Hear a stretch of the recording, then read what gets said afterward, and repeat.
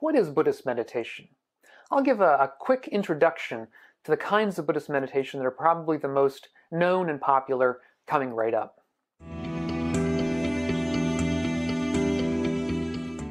So I'm Doug Smith. I'm study director at the Secular Buddhist Association. That's secularbuddhism.org. If you're new to the channel and interested in living a wiser and a kinder and a calmer life, consider subscribing. So this video is going to be basically an introduction to the topic of Buddhist meditation. For those of you who just don't really know what it is, who may have heard about it, who may have heard about meditation in general and different schools of meditation from different backgrounds. And this we're going to talk about just in a sort of introductory way, the main kinds of Buddhist meditation that you might encounter if you go to any kind of Buddhist center to do meditation, or want to do it yourself, or want to read about it. So that's going to be the kind of topic here. And I'd be interested in whether any of you have your own meditation experience or practice at all, and if so, what it is. Do you think of it as Buddhist? Do you think of it as something else? Perhaps it's MBSR, that's mindfulness-based stress reduction. We'll talk about a little bit of that coming up. So yeah, put it down below in the comments. I'd be interested to hear. So basically there are three main types of Buddhist meditation. And those are going to be calming meditation, mindfulness meditation, and loving-kindness meditation. And I'll take them one by one. The first is going to be calming meditation. And this is really the heart, and as well as being the start of Buddhist meditation practice. So how do we do calming meditation? Well, we find a quiet place, a place where we can perhaps sit. Usually it's done sitting. It can be done lying down or standing up. And basically it's got to be comfortable, a place where we can maintain a posture for a certain period of time, however long we want to meditate, without moving around too much. So we want to sit comfortably in a way that's not rigid, but that's got a certain dignity to it.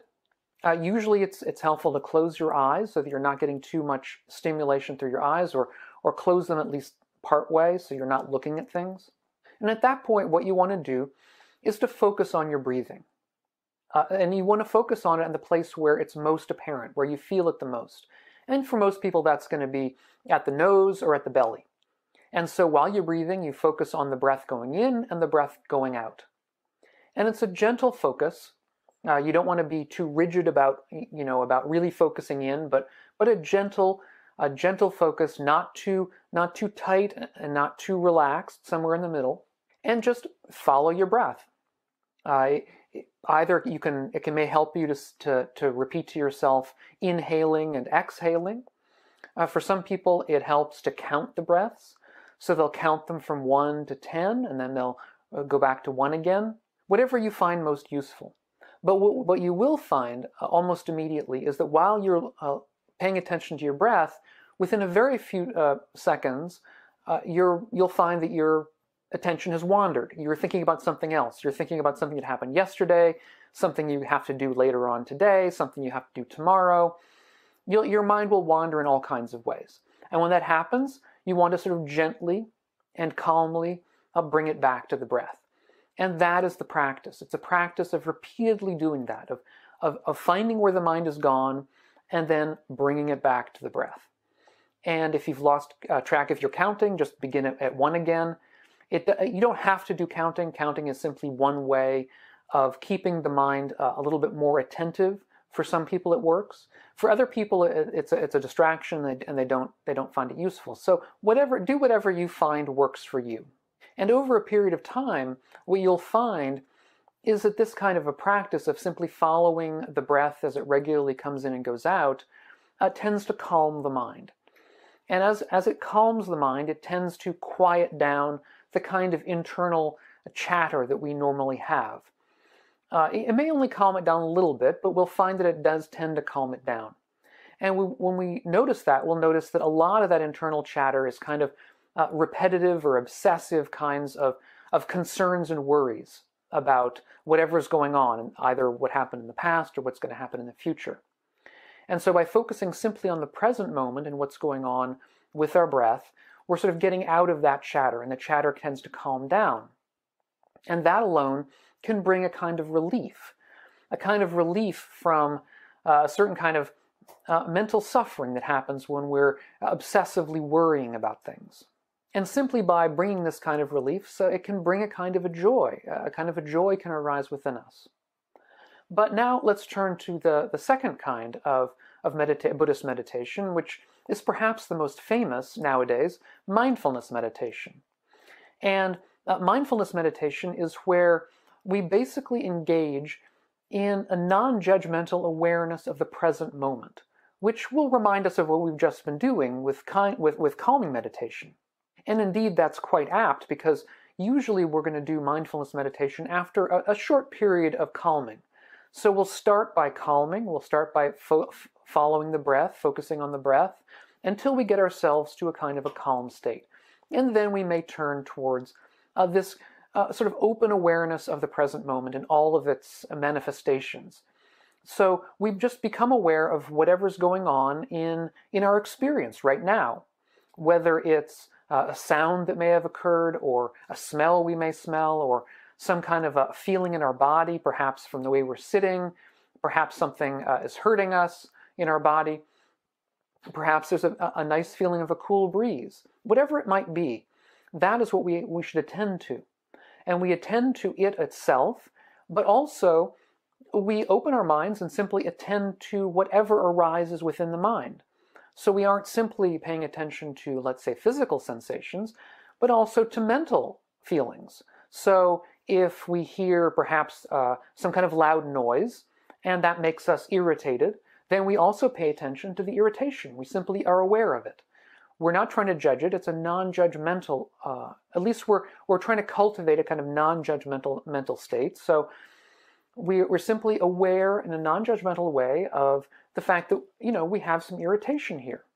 And so we're paying attention to all of these things, sort of like they're the furniture of the world. It's sort of like we're sitting and we have certain kinds of sensations arise within experience, and also certain kinds of mental feelings and states and memories and future kinds of musings that arise in our experience. And we're seeing them all as just sort of objectively, as kind of the furniture of the world of things that arise and pass.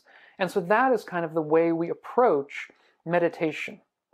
And in particular, we may also make ourselves aware of what's pleasant and unpleasant within our sensations, within what's ever arising. So we'll notice that certain kinds of experiences, certain kinds of mental states are pleasant, and other kinds are unpleasant. We just simply be aware of that.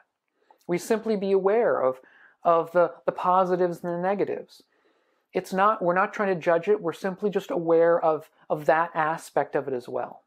And as we practice this kind of mindfulness, we'll come to understand of certain kinds of mental states that are skillful, that tend to lead to positive outcomes or making us happier, and other mental states that are, let's say, unskillful, that tend to lead to negative kinds of outcomes, that tend to make us feel pain or feel more painful or more unpleasant. And that kind of back and forth, or that kind of two-sided nature to experience, will become part of what we practice with. And which leads to our third kind of Buddhist meditation practice, which is loving kindness. And loving kindness practice is one, perhaps the most important of a suite of similar practices that aim to cultivate beneficial or skillful kinds of emotional or mental states within us. And the other two practices I've done are really can be seen as kind of passive practices, where what we're doing simply is sitting back and paying attention. In this practice, in loving kindness practice, it's a more active practice. We're making an effort to sort of foment or make arise certain kinds of mental states that are more useful or more helpful or more pleasant, frankly, in a beneficial way. They're not simply pleasant, but they're also useful to us in daily life. And there are several different practices within loving kindness. Perhaps the most famous recently involves doing what we might call a kind of a mantra. So while you're seated in meditation or lying down, whatever, you say to yourself internally, without speaking usually, may I be happy. May all beings be happy. May I be healthy. May all beings be healthy. May I be free from harm. May I be safe. May all beings be safe and free from harm. Things like that. It's not, the particular words we use aren't as important as the point that they're trying to get across, which is expressions of kindness, expressions of well-being, both for ourselves and for the world. In fact, for all beings, all things together, without really separating out. That's the general aim. And so by repeating these kinds of mantras to ourselves, these kinds of phrases to ourselves, over time, we can help to foment, to sort of generate these kinds of emotions within ourselves, emotions of kindness towards others or towards ourselves. And so what we want to do is to end up in a place where we can sort of broadcast, at least from within ourselves, feel like we're broadcasting these kinds of feelings of kindness towards the entire world, or towards parts of the world, one after the other, so that we're not leaving anybody out. It's not meant to be a magical practice. It's meant to be a practice of cultivating internally mental states that make our lives better, and make the lives of other people better as well, insofar as our kindness can impact them beneficially. And these are practices that we should consider doing regularly. I would suggest doing them every day if you have time, for however short it might be. Maybe it's only 5 minutes, maybe it's 10 minutes, maybe it's half an hour, whatever you can manage on a regular basis. It can be useful. It's like exercise. In the same way that if you do exercise once a month, if you go to the gym once a month, it's not likely to have much of an effect, and if it does, it's probably going to injure you. Similarly, if you do meditation practices once in a blue moon, you're probably not going to get much out of them, and they're going to tend to be frustrating. So if you're going to want to get something out of these, I would recommend setting aside some period of the day where you can be in relative quiet, even if it's just sitting at a desk in a relatively calm environment and closing your eyes for 5 minutes. That might be enough. Whatever it is, I would recommend that if you can, do some calming practice, do some mindfulness practice, perhaps do a little bit of loving kindness practice. These things on a regular basis can have good effects. Now, from a historical basis, I just want to put in a couple of words here. Some people may be interested in what the history of these is, and of course, it's a long and complex history. There's a lot to these practices. But what's at least interesting to know is that probably the only practice that's really original to the Buddha is mindfulness practice. The other two predated the Buddha, almost certainly, because in the early texts, the Buddha mentions people from other belief systems having the same loving kindness practices that he had. And probably he got it from the same people they got it from. And similarly, calming practices within the Indian tradition go way back and seem to have been quite common in that part of the world, these practices of focusing on the breath and calming oneself down.